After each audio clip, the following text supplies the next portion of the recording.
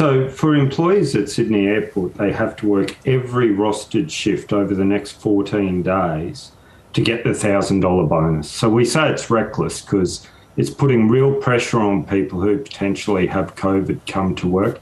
And it's totally unfair that people may attend every rostered shift and then on the last day come down with COVID-like symptoms or return a positive RAT test. They then miss out on the $1,000. We welcome any measure to pay security officers at Sydney Airport more. They're paid pathetic wages at the moment. They're the lowest wages on the eastern seaboard. And that's because Certis, the company that operates the security at Sydney Airport, is a money-hungry multinational. So they've got to do something though, don't they? I mean, other than entice employees with cash, what else can they do? Yeah, well, it's trying to shut the gate once the horse is bolted. They've had months to prepare for the Easter period. At the end of the day, Certis didn't support their staff during COVID.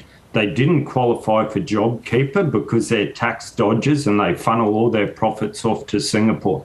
They made over 200 workers redundant during the COVID period. Had they have supported those workers through that period, we wouldn't be in this situation now. So, I mean, what are you calling for specifically, though? Just to hire more people and pay them more? Is that the solution? That's it. It's very hard to recruit people in a tight labour market when you pay them about $23.50 an hour in a very stressful public-facing job. Certis and Sydney Airport need to do two things. They need to employ more people, and to do that, they need to pay them better paying conditions. Sydney Airport officers have the lowest paying conditions on the eastern seaboard. Do you foresee more issues down the track if nothing's fixed in the short term? Well, they're encouraging people to come to work at the moment, even if they're displaying symptoms, to get the $1,000 bonus. Well, that's what the $1,000 bonus is doing by stealth. It's saying you've got to attend every rostered shift over the next 14 days. They're not encouraging people to come with symptoms, though. Not directly, but they're saying if you don't turn up for a shift, even if you're sick, you won't get the $1,000 bonus. So some people are going to be in the situation where they've worked this 14-day period and they get to the second last or last day, and it's going to cost them $1,000 if they don't come to work. It's a really tough position to be in, especially when you're a low-wage earner, like many at Sydney Airport are, because of the low wages Certis pays. Yeah, and just sort of back to my question, though, I probably wasn't specific enough, but in terms of holidays down the track, Anzac weekend, are we going to see similar issues throughout the year if this isn't fixed? Yeah, one would assume so. Our members tell us that a lot of the new staff that are being recruited aren't sticking it out because it's a very tough job.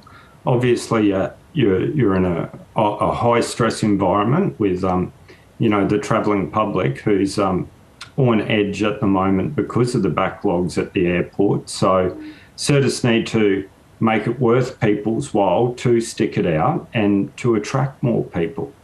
And have you spoken to members, employees of Sydney Airport that are actually disappointed or concerned about this $1,000 bonus that they've been offered? Our members are concerned and disappointed. Obviously, they welcome the opportunity to get the $1,000, but they don't like it being hung over their head that if they call in sick, they will miss out. It's not even clear if it will be paid to all aviation security officers at Sydney Airport. We wrote to Certis yesterday outlining our concerns, and they haven't seen fit to write back to us. Okay, so they haven't promised that it'll be distributed to every worker that shows up on the weekend? No, in the correspondence to workers, it says qualifying staff. We're concerned that isn't everyone. We're saying it should cover all security officers, curbside, protective services, not just the aviation screening at Sydney Airport. They haven't clarified that with us. Interesting. We'll follow that closely. Damien Davie, thanks for your time. Thank you.